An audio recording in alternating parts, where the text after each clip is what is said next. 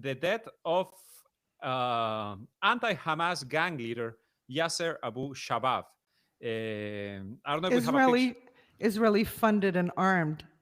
Israeli Uh, sponsored, Israeli protected, Israeli boosted. I mean, let's not and forget. Go ahead. ISIS related, ISIS ISIS linked, linked. Yeah. ISIS linked smuggler who also, in his list of accomplishments, let's call them, columnist for the Wall Street Journal. Among the many things he achieved in his life, he was assassinated. According to Hebrew media, he was actually assassinated. Although I've seen reports that, I mean, according to Hebrew media reports, I've seen both reports that he was killed by assassins and also that he was killed in a shootout.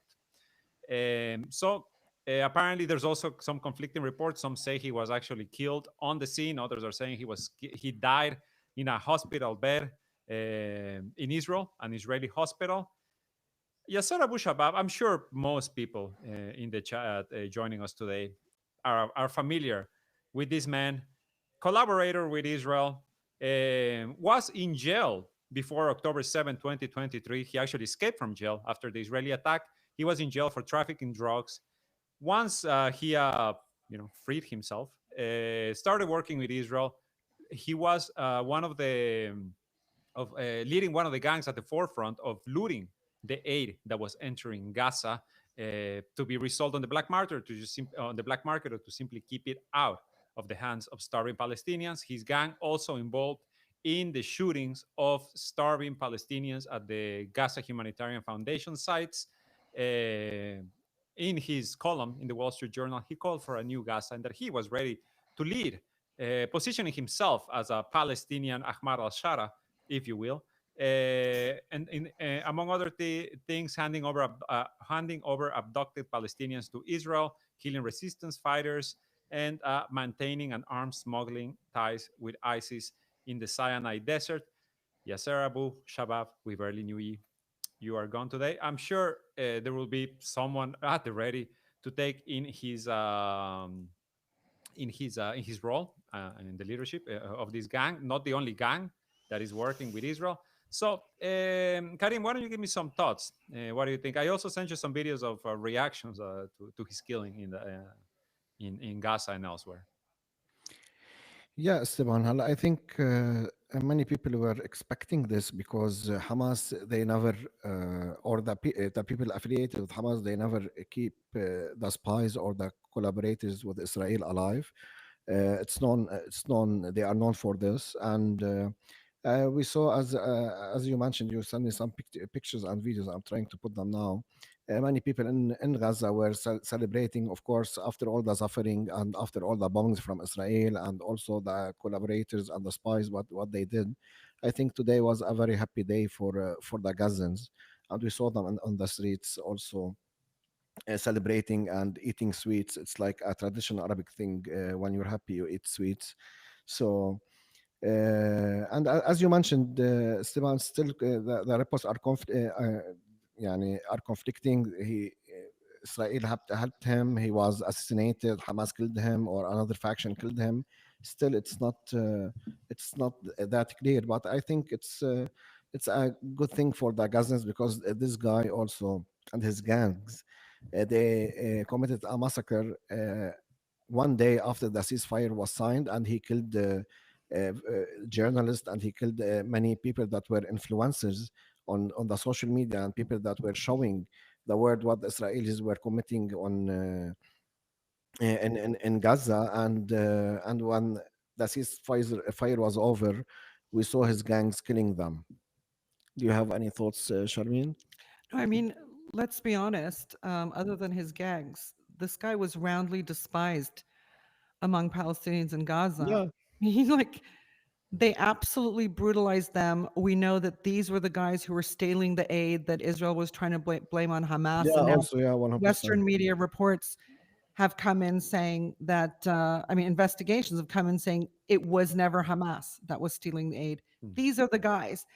And he, go ahead. Yeah, no, it's also you remind me. He's also was supported by the UAE, and we saw him like riding many vehicles that were that had like the UAE badge on them, The plates. or the plates also. Yeah, so I think also not only Israel, also the UAE lost a very valuable asset in Gaza, and he was among the people. And his name also was mentioned to be like somehow a leader, or to replace Hamas in Gaza after the ceasefire. Now, That his Wall it's very Street Journal difficult. article was kind Yeah, of plugging yeah, that. imagine under the Israeli bombings and under all this pressure from the Arabs and from the Americans and from the Israelis, and they got him. So I think this also shows us the things that we were saying before, that nobody can rule nobody can rule Gaza but the Gazans, and it's clear that Gazans don't want such people. Karim, I sent one picture right now that I think it's worth putting on screen right now. I just wanted to mention that quick. Do you have any more thoughts, Sherman? I mean, you know, I've always said that these Western backed tools in our region have the same essential value system as their Western, um, you know, Sponsors. sponsors. Yeah. Mhm. And that is, there's only two values: power and money. And so greed is the thing that defines them most. And as I've often mentioned, when these Western backed tools militants would take territory in Syria during the long conflict, within 48 hours, they would turn on each other because they were backed by the CIA, they were backed by the British, they were backed by the Saudis and by the Qataris and by the Turks. So they would immediately vie for territory. And Let me although it let looks me like he was assassinated, go ahead. let me just jump in very quickly to give context to what we're seeing. This is the visit of U.S. Ambassador Mike Huckabee and Special Envoy Steve Witkoff to Gaza, quote unquote, a few months ago. They were actually visiting Yasser Abu Shabab's camp, where all of the humanitarian aid that was looted could be found. Correct. So, anyways, the thing is, although we're hearing that it's an assassination, I mean, what, Charlie Kirk, JFK, whatever. Let's just whatever we hear from the powers that be, let's try to look behind it. It's not like we have to much, because I think nobody's really sad that this guy's gone.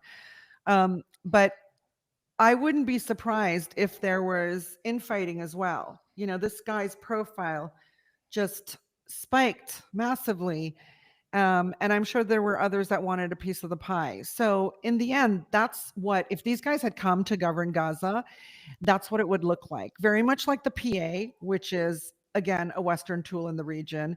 It's all about the money for them, the money and the power. They don't care about governance. They don't care about the citizens who voted them in. They stopped elections because they knew they wouldn't be voted any longer. Mhm. So it's the same old story played out everywhere. And I don't think anyone except the Israelis are going to miss Yasser Abu Shabab much. I don't Certainly think. nobody in Gaza. Very few. I want to thank Tommy D143 for their super chat. For their super chat. Thank you so very much. Yeah, I don't think he will be missed except by his sponsors. Like they tried to save him. They're saying he died in an Israeli hospital, which I mean, you have children for years now being denied access to medicine, to medical care in Gaza. But this ISIS-linked smuggler, drug trafficker, gets shot. We gotta rush him to the hospital. That's right. One Palestinian they didn't bring the rape dogs in for. Jesus, that's horrible, but true. That is indeed true. So yeah, I think it's interesting what will come after this, right? Because he had been positioned as kind of like I said, he like as a bit of a Palestinian Julani, like the guy who would be able to I guess unite the clans or wherever the hell it is. Yesterday, Netanyahu gave a very long interview in some forum in New York, in which, among other things, he said Israel is ready to support any Palestinian in Gaza who fights against Hamas, who opposes Hamas, who takes the fight, I guess, to Hamas. So the call is there, right? The recruitment call is there. We need, Israel needs you to fight for us. Yeah. The other thing that occurs to me is they could have, their tools, Western tools in this region are always expendable. It doesn't matter how big they get. And I honestly, I mean that. I mean people like Rafi Hariri, for instance, Mhm. he was, at that point, I think better used as a lever for them to change the dynamic and force regime change in Lebanon than to use him. And we're seeing the Americans also continue to take out in Iraq, in Syria, in the Arabian Peninsula, certain Al Qaeda and certain ISIS leaders, right? They're not going for the full hog, right? They can figure out where individual Hezbollah people are, but they can't figure out where Al Qaeda or ISIS are having their all heads meeting. You know what I mean?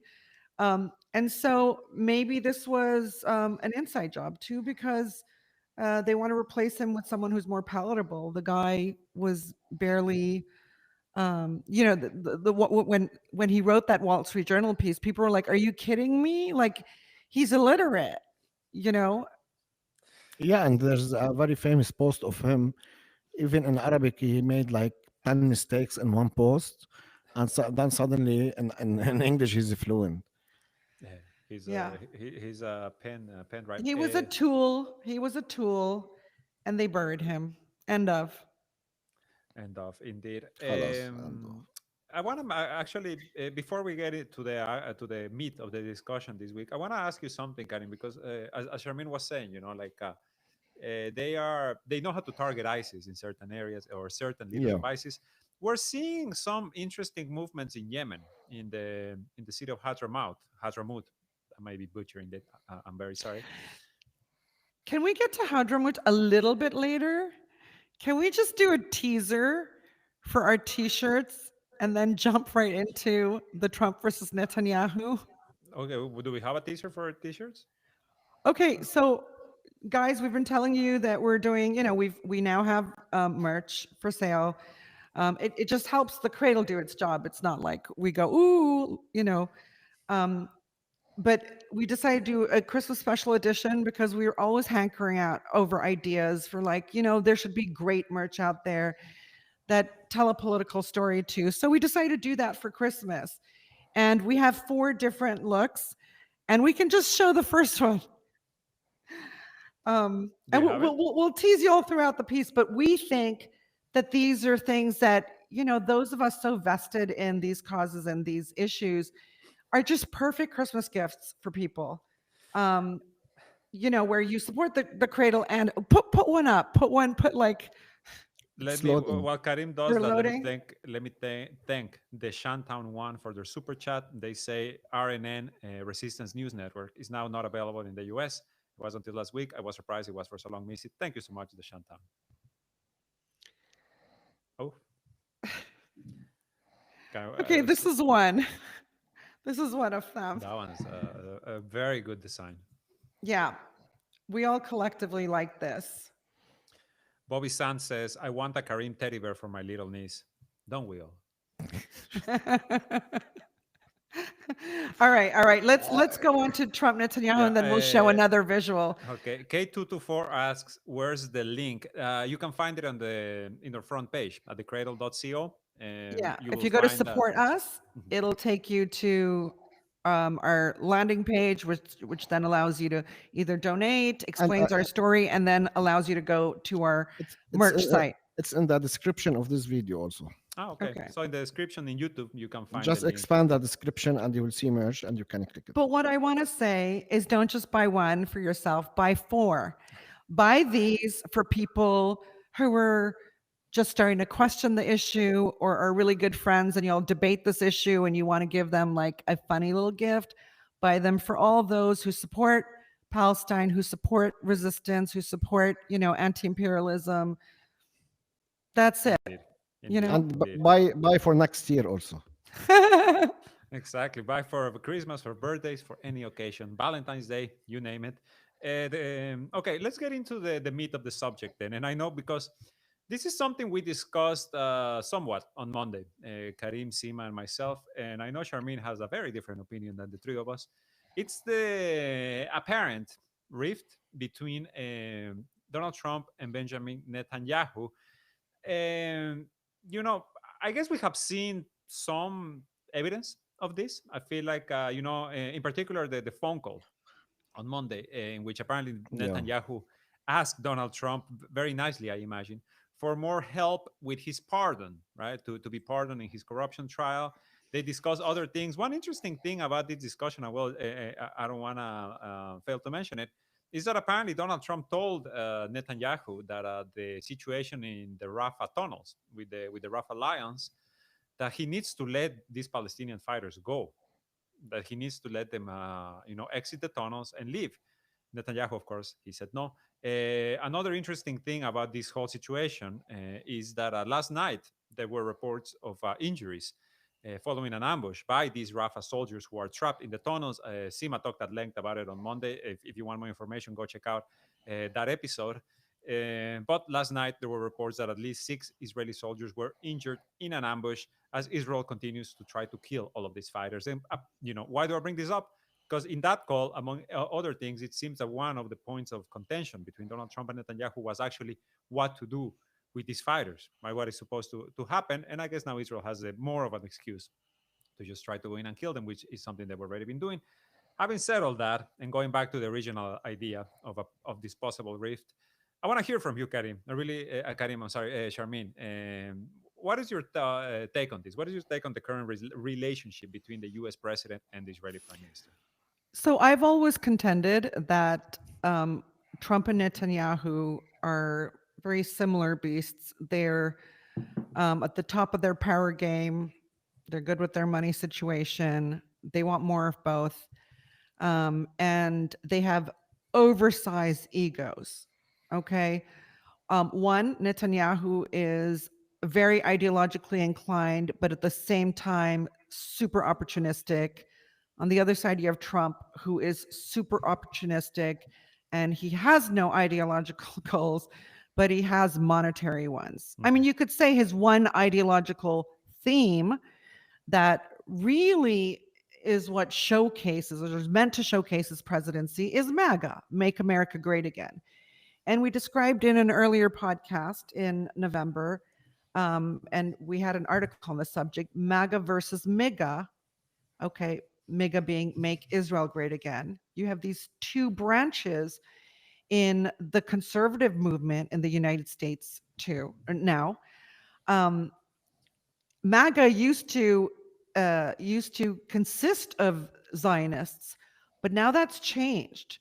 You have those who think that it's very dangerous that the U.S. government is putting Israel's interests before American ones. That they argue that Israel's interests are leading America down the wrong path. That it's draining America of legitimacy, credibility, money, and that the U.S. should make decisions based on its own national interests, not that of a foreign country. So that's where the hardcore MAGA folks stand now. The MAGA folks are saying, without Israel, the U.S. would be nothing. You know, we're the ones fighting all its wars first. We're the ones taking on terrorism. We're the ones getting hit. You know, all this rubbish. None of this would be happening if Israel just stayed quietly and did things fairly according to international law, right?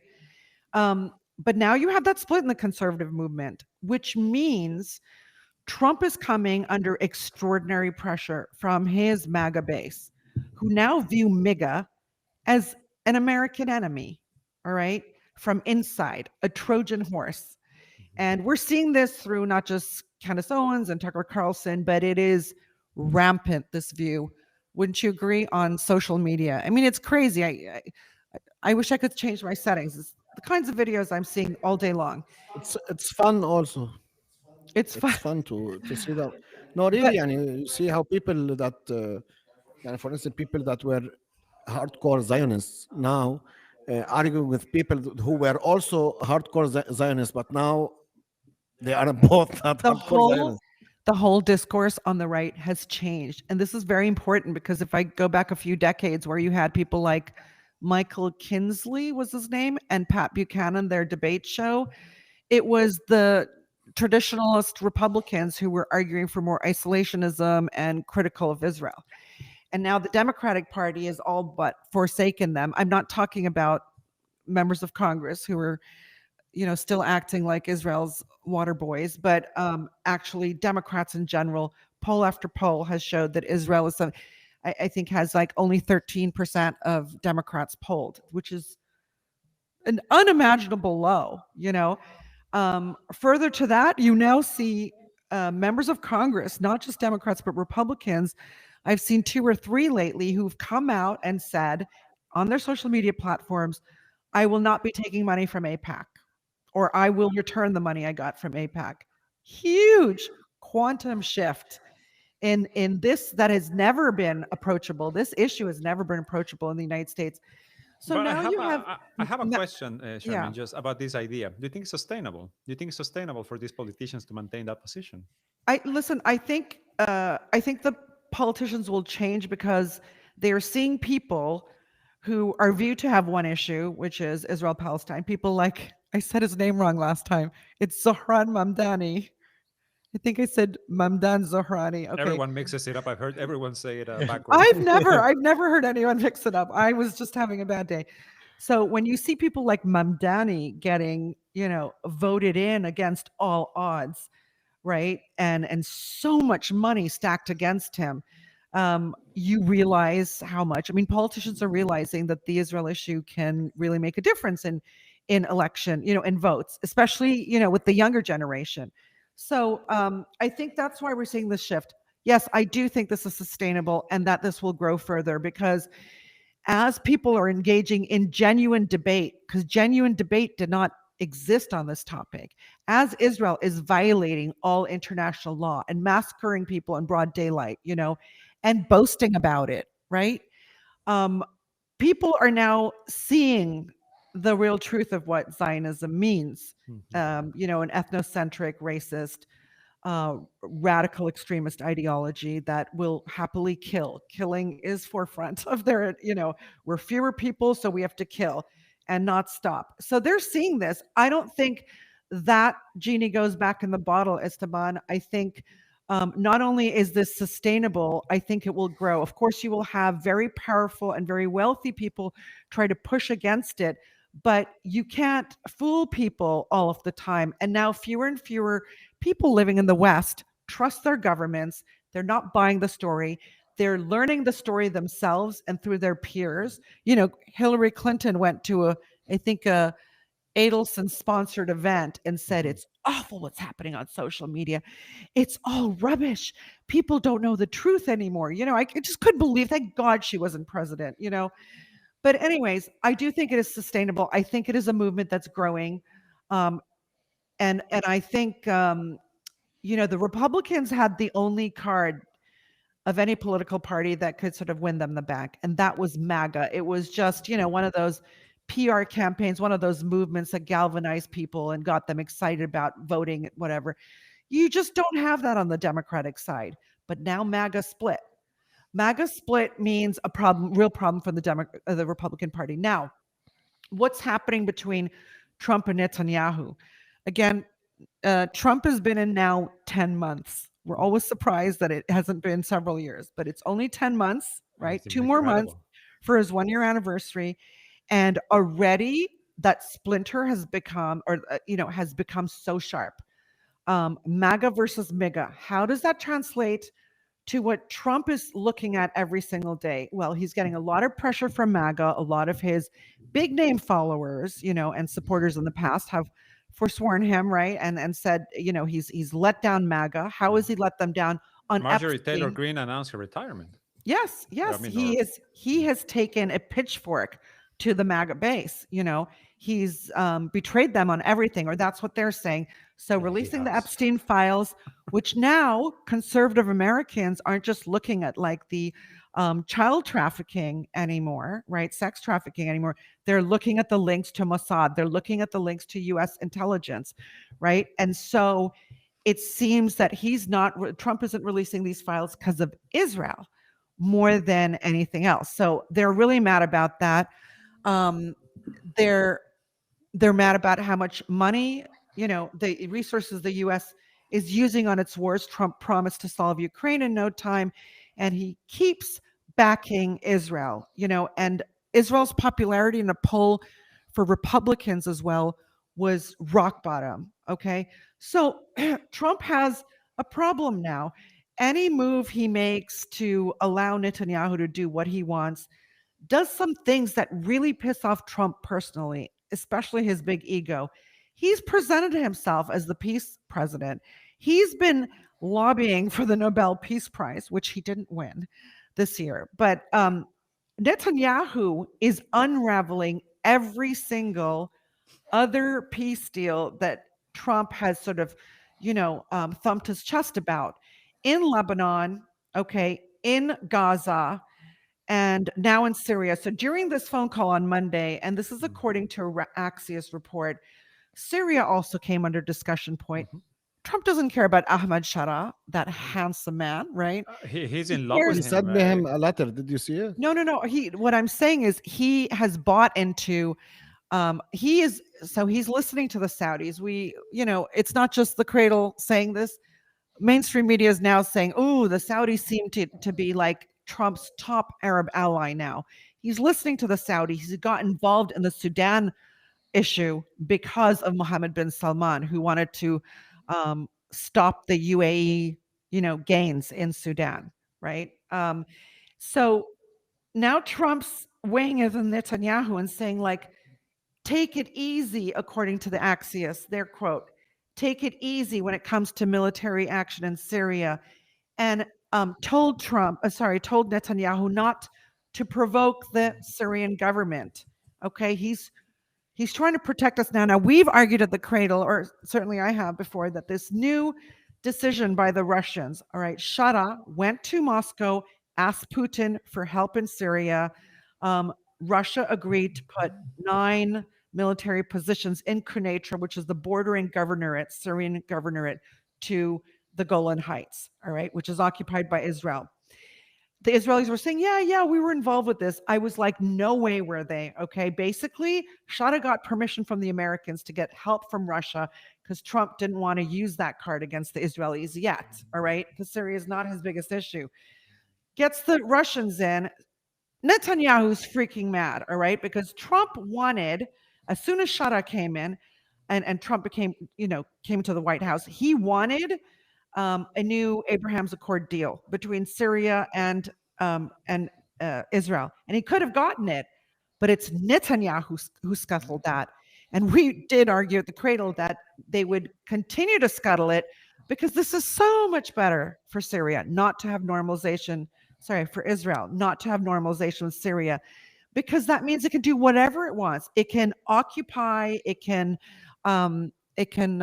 annex the entire South, just walk in there as Netanyahu did the day after we heard that the Russians would position themselves in southern Syria, right? Walks into Syria, trying to muddle that whole plan. And it is Netanyahu who is trying to stop normalization with Syria, and it is Trump who wants it more than anything. He was so disappointed when Netanyahu scuttled the normalization deal with Syria, which was supposed to happen in December when Shada came to Washington. He was so disappointed that he quickly grabbed onto Kazakhstan, that already has relations with Israel for decades, and pretended, well, they joined the Abraham's Accord. Ha ha ha! Look, I'm doing well. So on Syria, Netanyahu's really pissed him off, really let him down. And then in Gaza, well, Netanyahu has violated every single bit of the ceasefire plan, right? He's trying to stop the withdrawal of Israeli forces from that territory. He violated something that Trump had promised his Arab partners, okay? They had negotiated that we will let these Palestinian fighters, these poor young men trapped in a tunnel in Gaza, okay, leave. Again, Geneva Conventions, if you're encircled and you surrender, you are not harmed. All right. So he basically, killed them. Netanyahu killed them. And Trump had to suck up another broken promise. There are a stream of broken promises, not just broken promises, but continued efforts to undermine everything that Trump has strung together. Of course, stupidly, because these deals would never hold without blueprint, You can barely call them deals. They don't really have, like there's no actual Yeah. steps to them. Let me very quickly, Yeah. Charmaine, I want to thank a super chat from Yeah. Auntie Ann 6971. And she says, APAC will just change its name and strategy just like every Israeli leader. The way Israel buys politicians will be harder to track in the future. And a follow up comment, Karim, I agree. Yeah. Eh, um, I feel the same way, because it's not the first time. And if you want to talk about international law, I mean, look at how Donald Trump has been acting in the Caribbean, how he's been acting inside the United States, how he's been acting everywhere else. Even inside Gaza, even with Israel. I feel like well, I understand your point about the frustration. Of course, it's like two huge egos on a collision course. But well, until I, I I'll see. finish that thought. But Mhm. before I do, why don't we put on another T-shirt on the screen to show we have 4 different designs for Christmas, guys.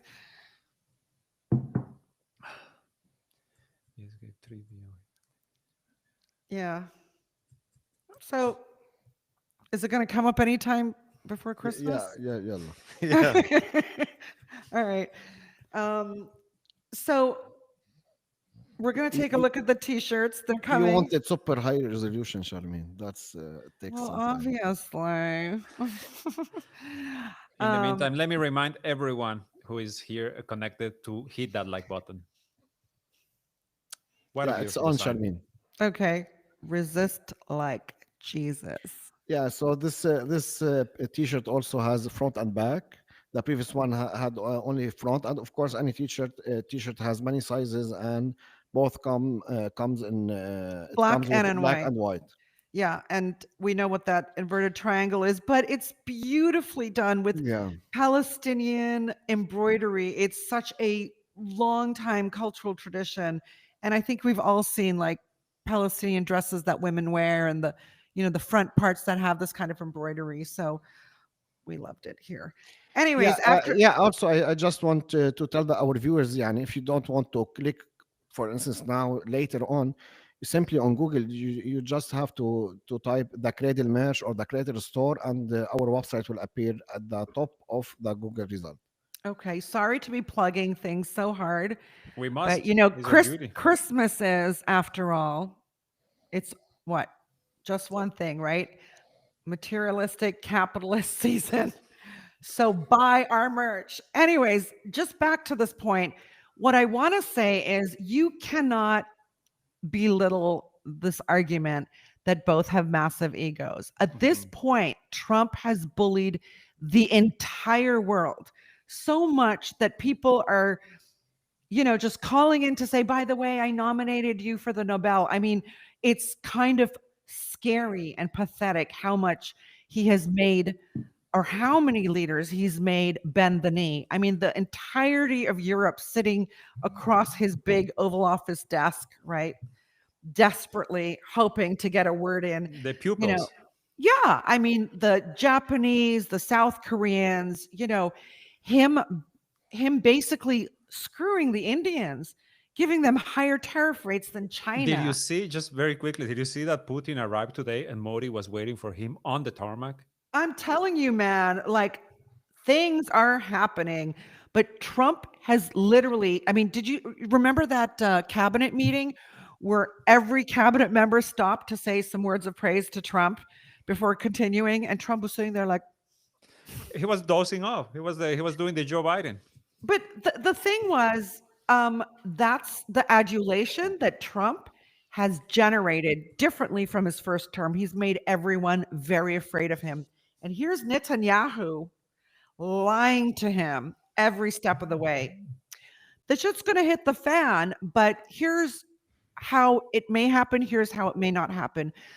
Trump actually has MAGA support on this, okay? Because MAGA split. Trump has to decide eventually if he's going to be MAGA or MAGA. There's no two ways about it. For MAGA to survive, MAGA has to be crushed. For MAGA to survive and win, MAGA has to be Don't you crushed. feel that he's already given up on MAGA? Like I Nope. feel like he Nope. Nope. has. Nope. Nope. Nope. Nope. Nope. I don't think so. And they're the loudest voices right now in the Republican base. Everyone else sounds like a Zionist or pro-Israel voice, which doesn't really resonate with the majority of Republican Americans. Okay, let's be honest about that. So I think Trump can take his MAGA card to the bank, but he has to make that decision, which is, we're not there yet.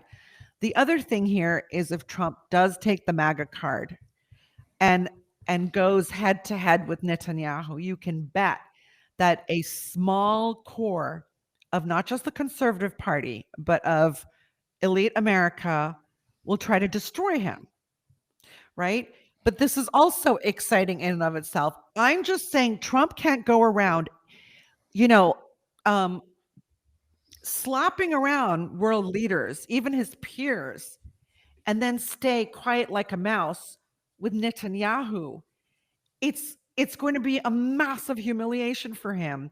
Americans won't accept this, you know. Anyways, the point is we are getting closer to that confrontation between these two egos that I have promised for a long time, because now the Republican core has shifted away from Israel. And that's what makes this possible. So we can continue on. We can argue this point.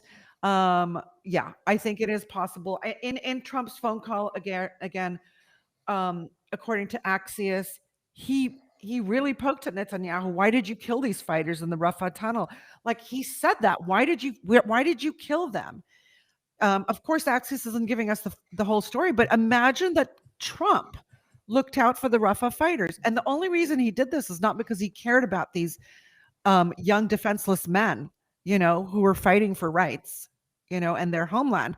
He said it because he'd made promises to his peers, and Netanyahu just embarrassed the hell out of him. These incidents will pile up, but I just point to this because it's something you wouldn't think the president of the United States would bring up. But Axios said he brought this up to Netanyahu. Why did you do that? You know, so and Netanyahu told Trump told Netanyahu he should be a better partner, quote, better partner in implementing the peace agreement. This is really important. Trump is basically, you know, Axios is giving us the polite version, right? But he's The Mossad basically version. told Netanyahu, all right, you're screwing me on this. That's clear. So now these conversations are happening offline. It depends whether Trump is feeling that he's buoyed enough by this very angry MAGA base that has started to hate Israel, all right, to make a move on Netanyahu, or this could be done very seamlessly, and it has to do with the pardon. Trump came in at the beginning of his presidency by wanting to take care of his buddy Netanyahu, because Netanyahu was going to give him a ceasefire that he wanted, right? Pushed for the pardon thing, and then he's watched the whole ceasefire unravel. Crumble. He's watched the situation in Lebanon get worse and worse, right? I mean, just yesterday, Trump was saying that phase 2 is coming. He said, like, oh, it's coming soon, and we know pretty much Phase for a one fact. hasn't happened yet. You know what I mean? And so here's the thing. He's watching this happen, and he's watching, you know, Israel, Netanyahu specifically, screw him on Syria, on getting his Abraham's Accord deal. And then Trump went so far as to cross Netanyahu by getting the Russians to do the dirty work, right? And Netanyahu is not having it. But there was another thing. What just happened with Trump and Netanyahu? Hold on. Something really, really important. Anyways, About what? yeah, if I could remember, I'd remember. Yeah, something else that was very upsetting. But anyways, so we also have the UN General Assembly voting on this issue.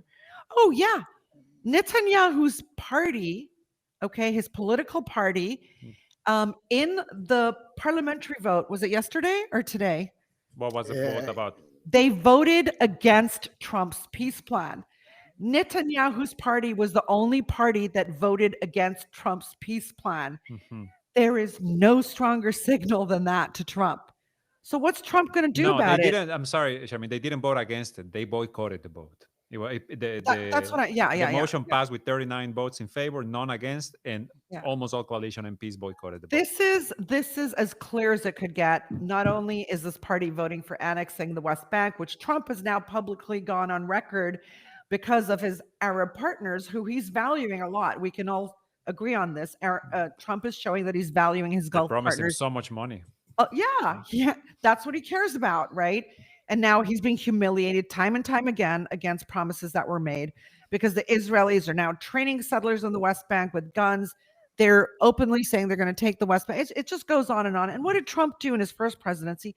He said, I recognize Israel's annexation of Jerusalem. He said, I recognize Israel's annexation of the Golan Heights. He gave them everything they've ever wanted, but it meant nothing. We are in the era of a lot of statements, okay, from the West, from the unipolar world, that have carry no weight whatsoever. They're constructs that fall apart, at the first inspection. So keep those things in mind when you're feeling despair, like, oh God, all this is happening at once. This is awful. No, this stuff will unravel. It's about time. But yeah, I do think there's an awful lot that Netanyahu, because we're coming to the crunch now, has really let Trump down on. And so we will see if Trump uses the new energy with the galvanized MAGA, right? Or, that's anti-Israel, or if he will, bend the knee to Netanyahu, or if he will use this pardon, because see, Trump very probably didn't mean for Netanyahu to leave politics in exchange for a pardon. There was some discussion recently that what Netanyahu would get for the pardon was normalization with Syria. Okay. So Trump wants normalization with Syria. Netanyahu doesn't. But if he normalizes with Syria, brings Syria into the Abraham's Accords, then Trump will really push for that pardon. But that's not going to satisfy Israelis at all. It really is not going to satisfy them. Over 40% of them are okay with a pardon for Netanyahu if he leaves Well, politics specifically. No, So I'm this is sorry. The number is lower if he leaves politics. It's higher if he doesn't leave politics. That's the poll. okay, but there's at least over a third of Israelis Mhm. who want him to leave politics. Trump may be so frustrated with Netanyahu at this point. One way for him to handle this is to get rid of Netanyahu and demand that him leaving politics is part of a pardon deal more than anything else. We will have to wait and see. This is when things like the Saudis and the Qataris having his ear could mean a lot. They I could literally say, if you get rid of one guy, all these things we can just all put through. They don't care about Palestinians either, right? But we can get this done because another Israeli prime minister will be much more amenable to towing your line.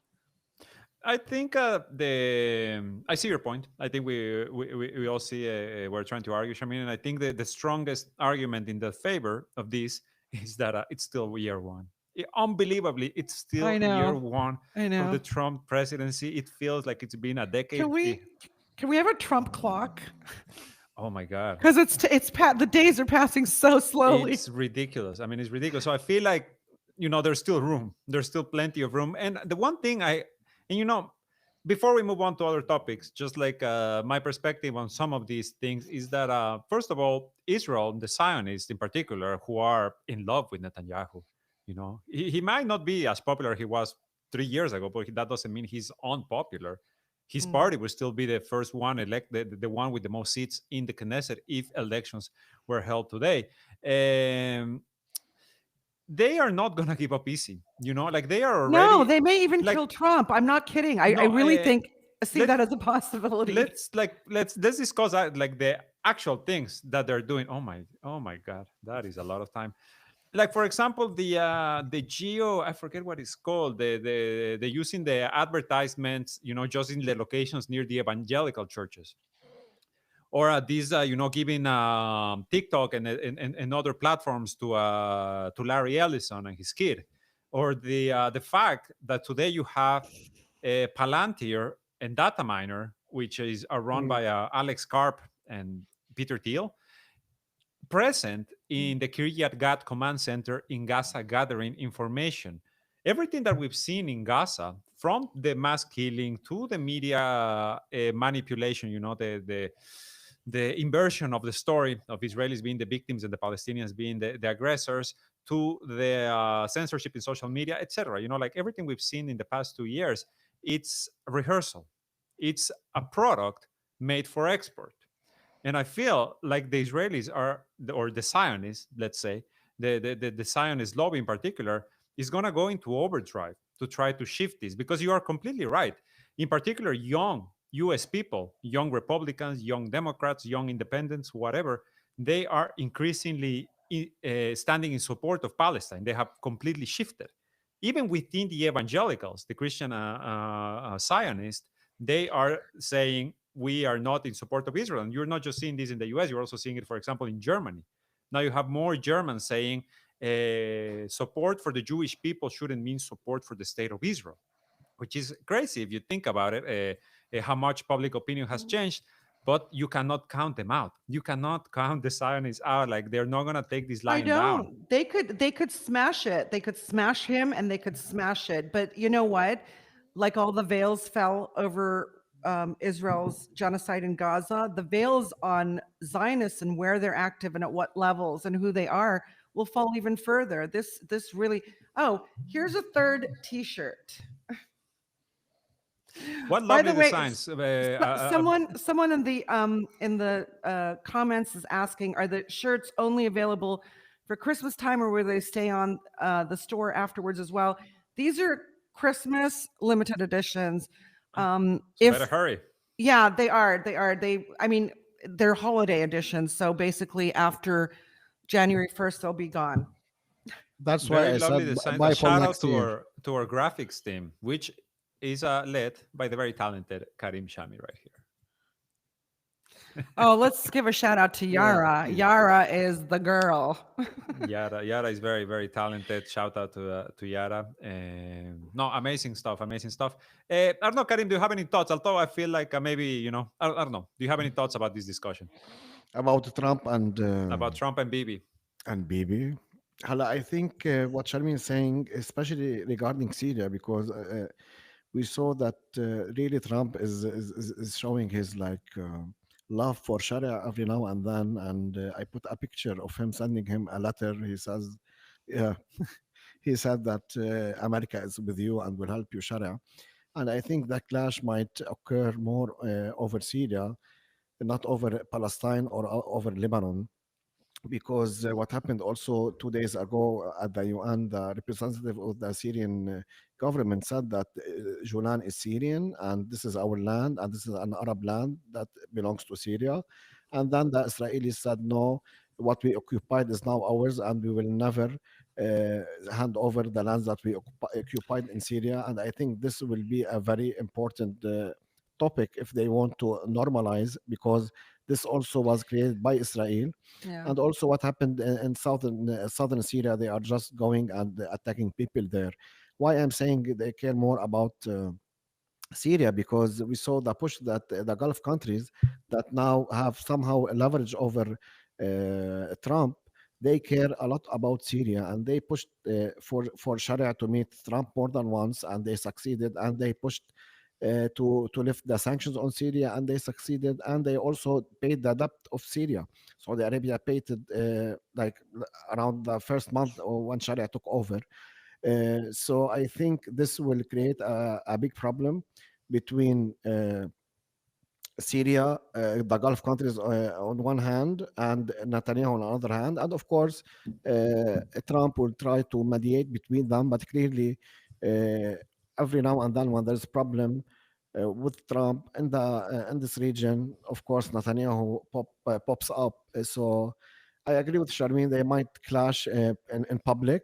And also, but also we should not forget that Axios and such publications, they publish such things before, especially before Israel attacked Iran, and it was theater. But I think eventually this will happen, because if really Trump wants peace in his vision, yeah, and he wants a prosperous region, and we saw that his family and especially his elder son is making many Gulf infrastructure in our region, in the Gulf countries and in Oman and other region, and they are building like Trump Towers now.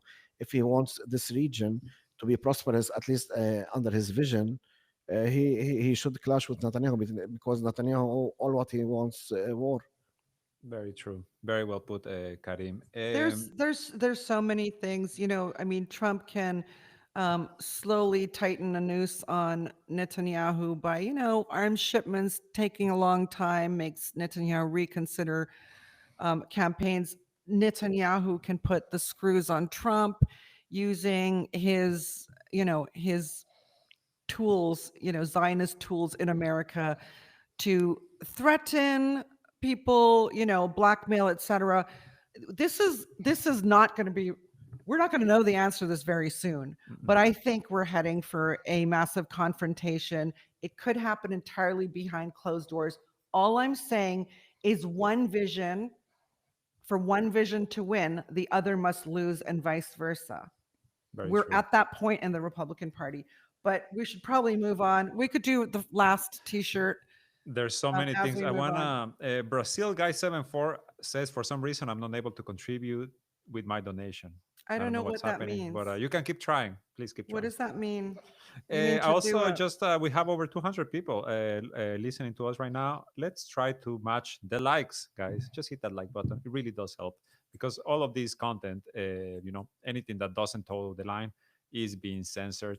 While Karim finds the next image, maybe we should discuss the talks between Lebanon and Israel. For the first time in decades, yesterday, Lebanese officials met in the south of Lebanon with an Israeli delegation. And what happened a few hours after that? Very heavy attacks in the south of Lebanon just a couple of hours ago. Very intense bombardment. Israel acting like Israel, like the Mad Dog strategy. By the way, make sure the Mad strategy is called, right? yeah. Yeah. That article that we had a few months ago. Um, I want to hear from you guys. Honestly, I don't have much to say about these talks. The significance of them, beyond the significance of seeing this, the Holy Land should be free. Oh, indeed, it should. Go ahead. Yeah, regarding what happened, of course, in Nakura, many people in Lebanon were very frustrated, and not only frustrated because this step happened. Because first, let's let people understand what happened is that Netanyahu and Israel is trying to push. Uh, Lebanon for normalization, and also they are pushing in the something we have something called mechanism, which includes France, United States, Israel, and the Lebanese army. They sit together and they talk about what's happening in the south and of course what's happening in the security in the south and this stuff. Was part of the deal with that ended the war, the Israeli war in Lebanon. For me, it didn't end because every day Israel is targeting Lebanon and it's killing people. And of course, the south of Lebanon is part of Lebanon. So what happened is that the Israelis wanted not a military person to talk with them. They wanted a civilian because for them this is the first steps towards normalization and towards establishing a economic zone between Israel and Lebanon. And that's what happened. The president of Lebanon sent the previous Lebanese ambassador to the United States to meet with Israelis, and that happened, and that of course created the frustration into many Lebanese. But the frustration came not only because of this; it's also came because there was no clear condemnation from Hezbollah. There was no clear like About the meeting, you mean? yeah about the meeting, because this is the first time. That since at least the civil war, that a Lebanese civilian met with an Israeli on Lebanese land, and Nagura. the government sent this guy. So this was very huge in Lebanon. But unfortunately, the resistance in Lebanon and Hezbollah, their response was very vague and very weak, in my What did they say? opinion. Do you remember? No, Okay, I can the look it up. first we can look it up, but what happened is that happened later. They said that if there will be normalization, it should be passed through the parliament and this stuff. And also, there's many people in Lebanon that said that we have to go to the streets. We are against this. And what happened is that the resistance in Lebanon said that we don't prefer for you to go to the streets. Sharmin, I think she has different views, but that's what happened. And after the meeting, the Israelis said that the meeting was a good meeting, and Netanyahu office released a statement, said that what happened today, which is yesterday, is the first steps toward an economic zone between Lebanon and Israel. I think statements like that, again, everything they say, everything the unipolar world says, or, gives an illusion of creating is just that. All right. But it's enough to trigger things. And I think, you know, what's triggered a lot of Lebanese today is those Israeli statements saying it was a very warm meeting with the Lebanese, our Lebanese counterparts, as though normalization is on the horizon, right? These people who don't want to normalize with Syria because they want to take more territory are happy to normalize with Lebanon because that would, in their minds, crush one way of crushing the resistance here. There's no resistance in Syria. There is in Lebanon. So, but their words are meant to have psychological impact. It's very possible that the threats of a full-on war by the end of the year that Trump and Netanyahu have more or less promised for Lebanon if the resistance isn't disarmed. Um, right? They gave a December 31st deadline. They've said that and they denied it. It's like a back and forth thing. Yeah, but it's meant, again, all of this is psychology. It's meant to make your opponent reconsider, recalibrate, give you an answer, shift their positions. Force So a resolution. that threat at the end of this year that if the resistance is not disarmed, and nobody even knows what disarm means anymore, like disarm where? Just in this spot? Is it all over Lebanon? Should they disappear? Are they going to be like the poor boys in Rafah tunnels? They all have to be obliterated. What does Because that mean? also yeah, just to comment over Sharmin, for the misconception according to the Assyrians and the Lebanese, and Nawaf Salam said it, and for them they thought, he said, no, the Lebanese army should check the mountains in the south Yeah. and get the weapons. Then the Israelis, what they want, what did they want? They want the Lebanese army to go to every single house on the borders Yeah. and check it if there's weapons inside. Yeah. So So Israel, as usual, keeps moving the goalposts. Okay. Trump is eventually going to understand that's their game. Nothing ever gets concluded. They always leave an opening for them to do exactly what they want, whenever they want, however they want. Nonetheless, I think in these statements by the Israelis on the nature of their meeting with the Lebanese was meant to provoke a reaction in Lebanon, right? Now, Nawaf Salam, living in his bubble, right, could worsen the situation by agreeing that this may be the only way forward with Israel is to normalize, which will kick things off domestically. And this is good for the Israelis. Either we attack Lebanon and blow it up, or Lebanon blows itself up through a civil war. Of course, none of these things are going to manifest this way. There are much more measured, I think, individuals here. Somehow Lebanon has managed to keep a balance despite the fact that they've gone years without actual governments in place, where they've gone with the port explosion, they've gone with the financial collapse.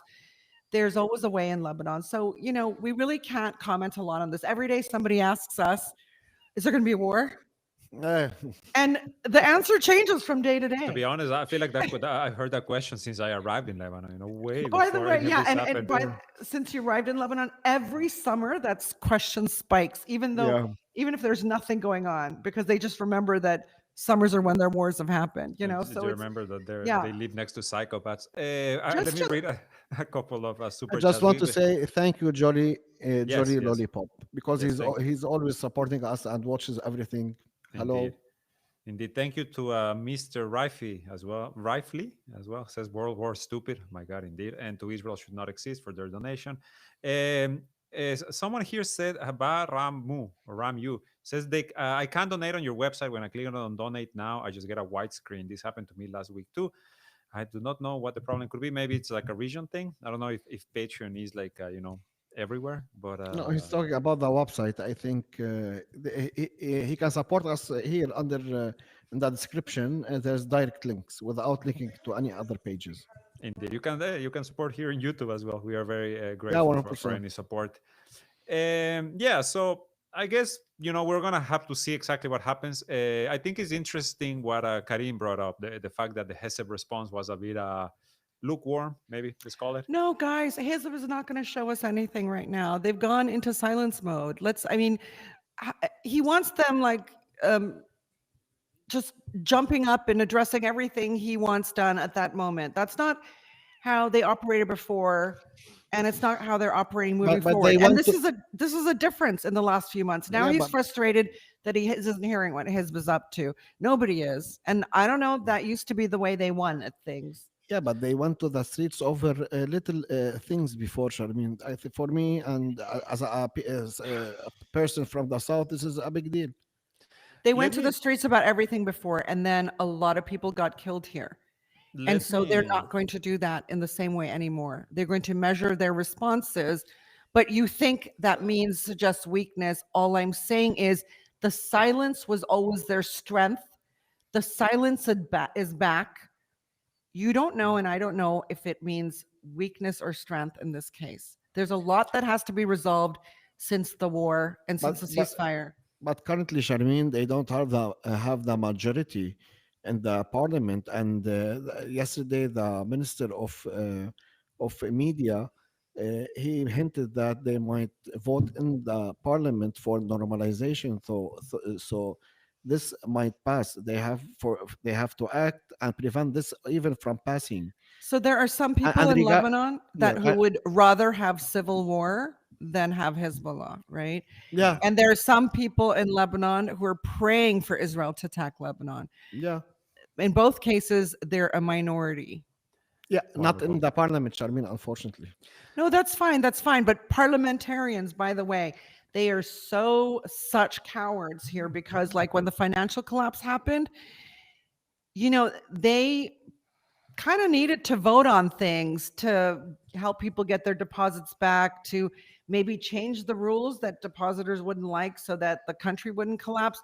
But they didn't even do those things because everybody here knows where every politician lives.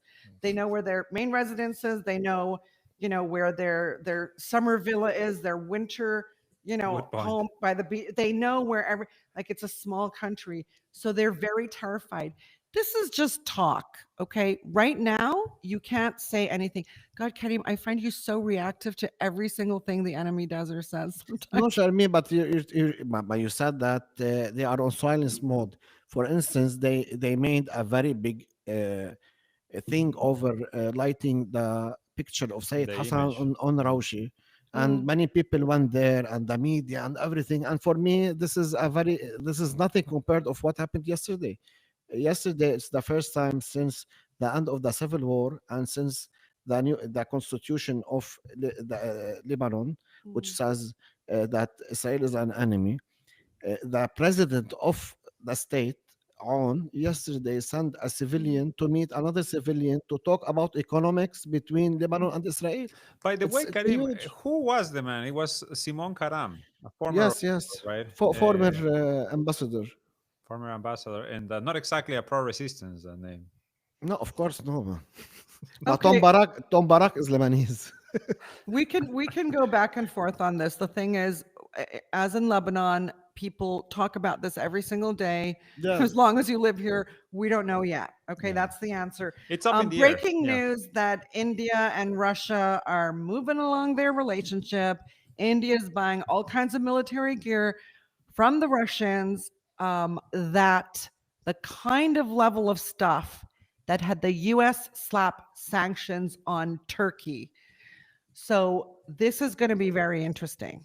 It's I gonna be have to fun say, to see it's Trump going to react be to this. it's going to be the kind of thing that potentially rejigs the entire geopolitical landscape of the world, at least for a while, because Modi is not, and India typically is not one side or the other. It is a non-aligned nation, and some people argue it's swung sharply to the west under Modi, but we now see Modi taking different approach.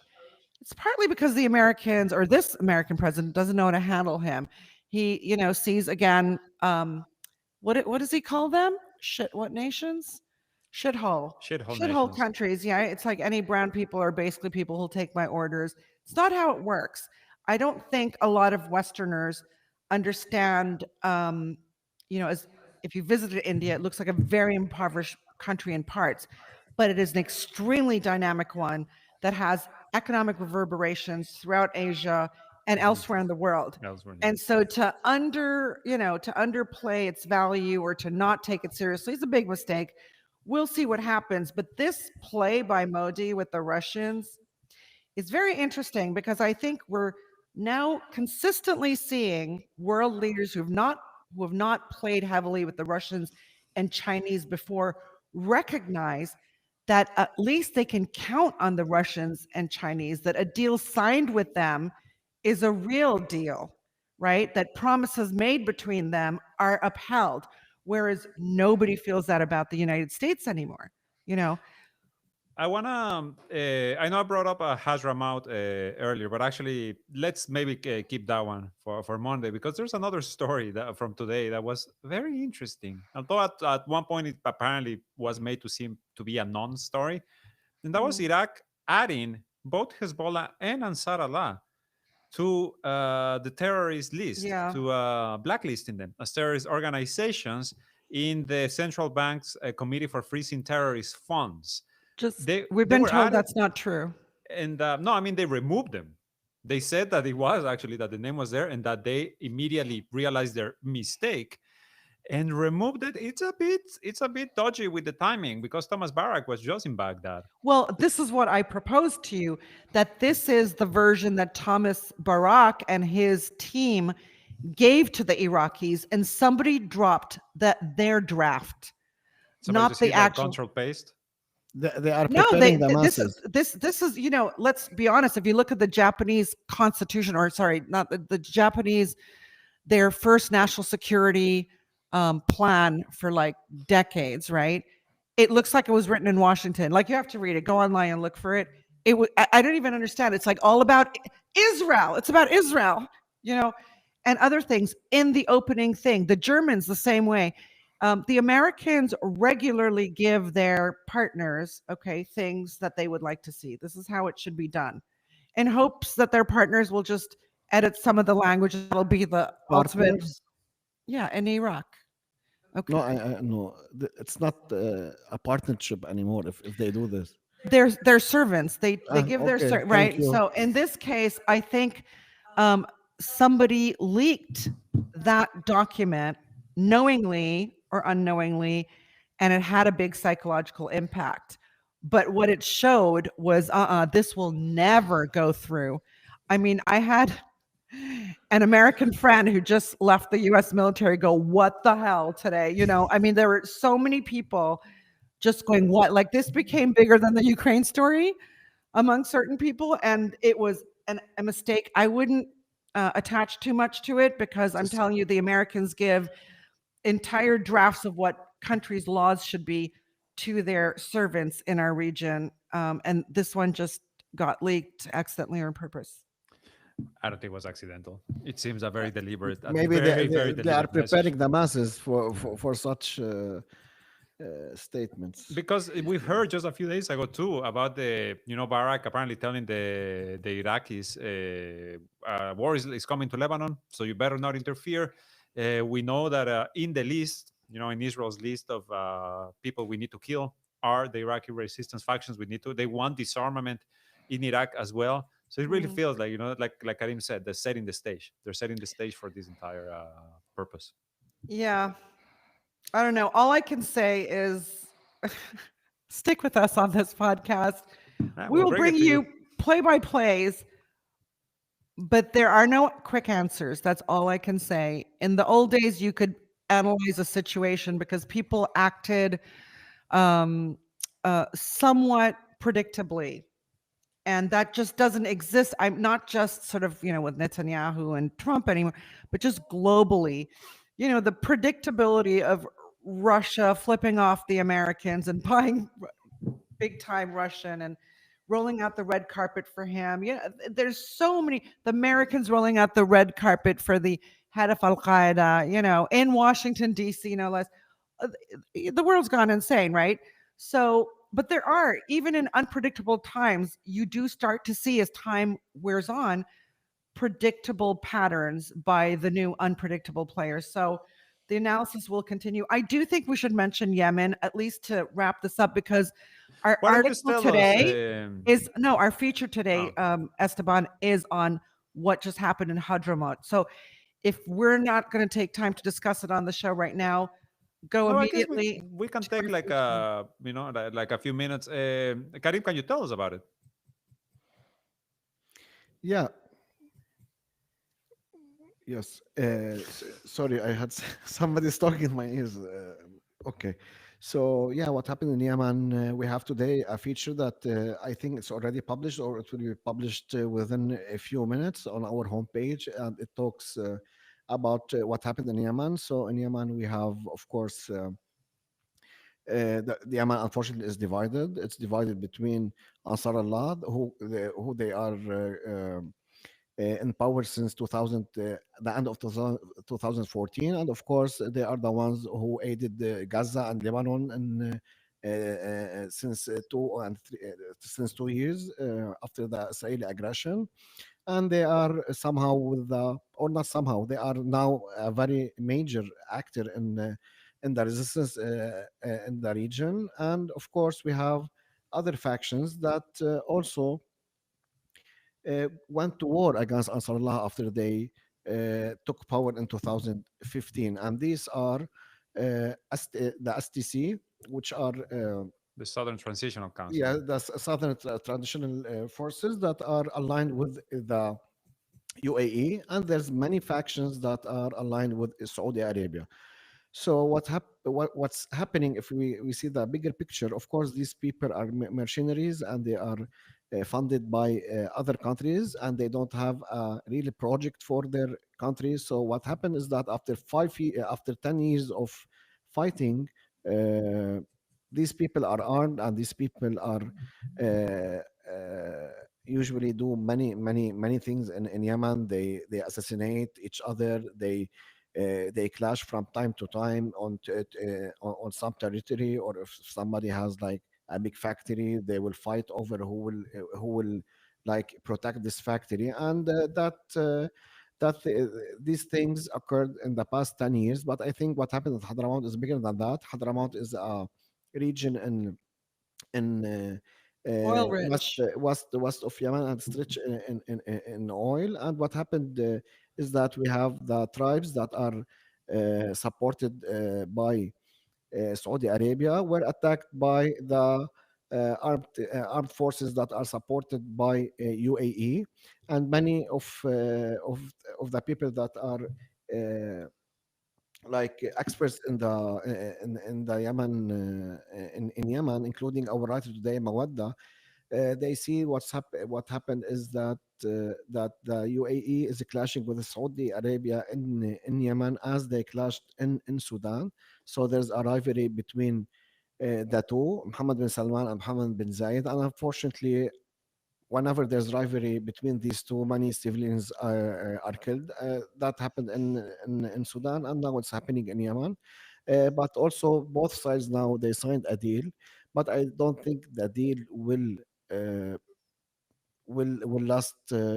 I think they will last a few weeks, because just today also some clashes erupted, and the deal is not well written. And of course, when you see oil, there will be more clashes, and also the same what happened in Sudan over the gold, as we all know.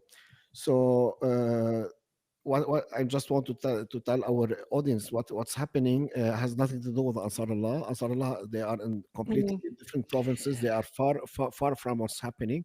So what's happening is that they're who is controlling Hadramaut, which is one of the biggest, or this is the biggest region or province in Province Yemen, and in Yemen, and it borders Saudi Arabia. And and of it's course, it has many important ports in the south that were also funded, and they have influence of UAE over them.